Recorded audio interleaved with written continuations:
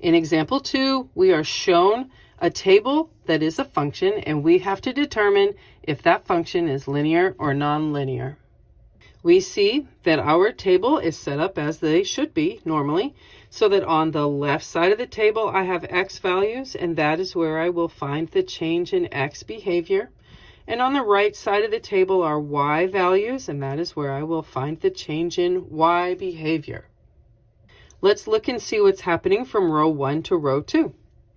So here on the right, on the y side, we look and we see that row 1 is 10 and row 2 is 8. So how'd you go from 10 to 8? Oh, well, we subtracted. That's true. How much? 2. All right.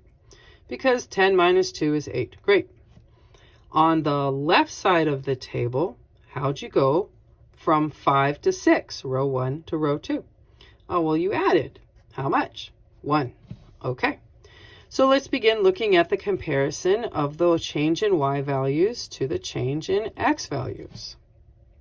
So our change in y values was -2, while my change in x values was +1.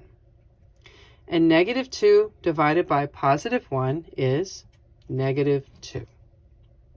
Now that we've done half the work, let's finish it up. So again, starting on the y side of our table, looking at what happens from row 2 to row 3.